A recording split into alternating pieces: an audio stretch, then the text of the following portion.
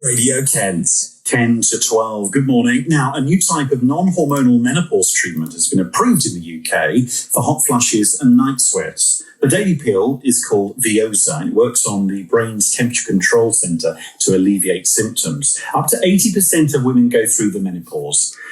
That's what they experience. Experts estimate, although not all will want to take medication for it. The drug has not yet been recommended for the NHS to prescribe, though. That requires a kind of review from the National Institute for Health and Care Excellence. That's expected to happen next year. I want to bring in Adele Martin, who's a menopause coach and is with me now. Hi, Adele. Hi, hello.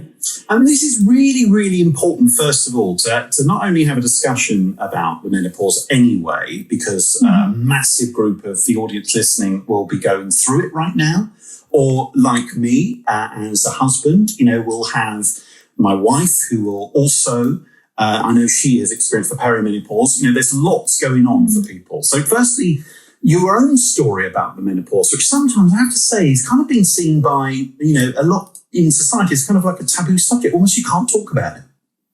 Absolutely. So I had my menopause 13 years ago. I was age 40. I was high performer. I was working in a bank. There was lots going on within a financial crisis at the time. And I had just normal family things to deal with. But one thing led to another, and there was just more things to deal with. And I just didn't feel myself. And, brain fog was coming in. And when we would go in and talk to clients and do presentations, absolutely, comfortably, I was like doubting myself. I was reading the presentations. And my worst point was I actually forgot my name in a meeting. And people were then looking at you and you doubt yourself and your performance. And then you look into it, actually, I was getting hot flushes and my joint pain.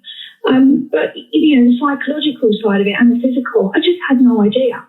I had to take some time off because 13 years ago, there really wasn't a great deal of information. At the time, I was offered some sort of antidepressant CBT, but I wanted more than that.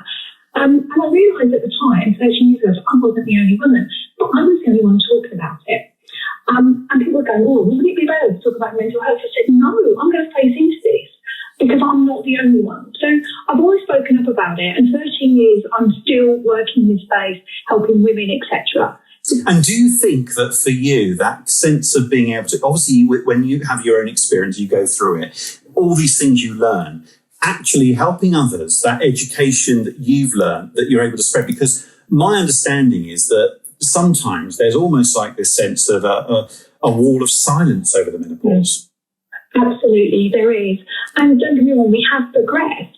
But even today, when I'm on my socials, women are going, we still don't feel comfortable about talking about it. I'm embarrassed. How do I talk to my partners, my family, my friends? And you just sit back when news reports like this fall, and you realise that women still feel uncomfortable. And when they do, that they want to be heard. So there is still a lot more. Don't get me wrong, 13 years on, we're having that conversation and I'm coming on here. But there is so much more to do for midlife women to be heard. And what about men, partners, young boys understanding what a mum is going through? What about that conversation, do you think? Where are we with that? Again, because the interesting thing is with the amount of women I work with, even myself, sometimes you don't spot it. You don't always spot your behaviour. And if you do, you don't really want to talk about it. So the people around you, the closest, actually mum doesn't look right, or mum's being more short-tempered. And partners are going, you're different, and you can't then say, oh, mum, you're going through menopause. It's asking supportive questions, say, are you okay? And don't get me wrong, sometimes the women go, no, I'm fine. And you just have to have that conversation. What do you think of this idea of this drug? And I know it's not, at the moment, it's going to go through the National Institute for Health and Care Excellence next year. Nice. Absolutely. Yes, we've made progress. I've been reading the reports and I'm talking to real women on the ground, and they're saying it will help hot flushes, but there's actually 39 other things. How will it help me with brain fog? How will it help me with my bone density? So we've made progress. There's still more work to be done. Is it overwhelming for women? Sometimes they're not sure. So we just need to be heard sort of by GPs. Yes, we're happy. It has made progress. I think there's more work to be done about having what the side effects, etc. But the actual feeling on the ground is the women are going, but what about the rest of my body? Actually, my biggest issue is brain fog and anxiety. It's not actually hot flushes. That was really key, what you said there about losing that ability to even know your own name in a meeting, which must have just been terrifying. It was terrifying. I've been at the height of my career, and you doubt yourself and you come away. But that's what I'm hearing from women going, I'm struggling. And then I get, I feel like I'm not performing at work, and what does my manager think? It's, yes, half of the women go through it, but everyone around that woman, from her family, her friends, her network and her workplace, are all involved. And we just want someone to say, are you okay? I'm not a whiny midlife woman. And that's not what we are. We just want to be heard. Adele Martin, a menopause coach, on the show with her story. Thank you for being with us. Thank you. Just want to be heard. Here's Band-Aid.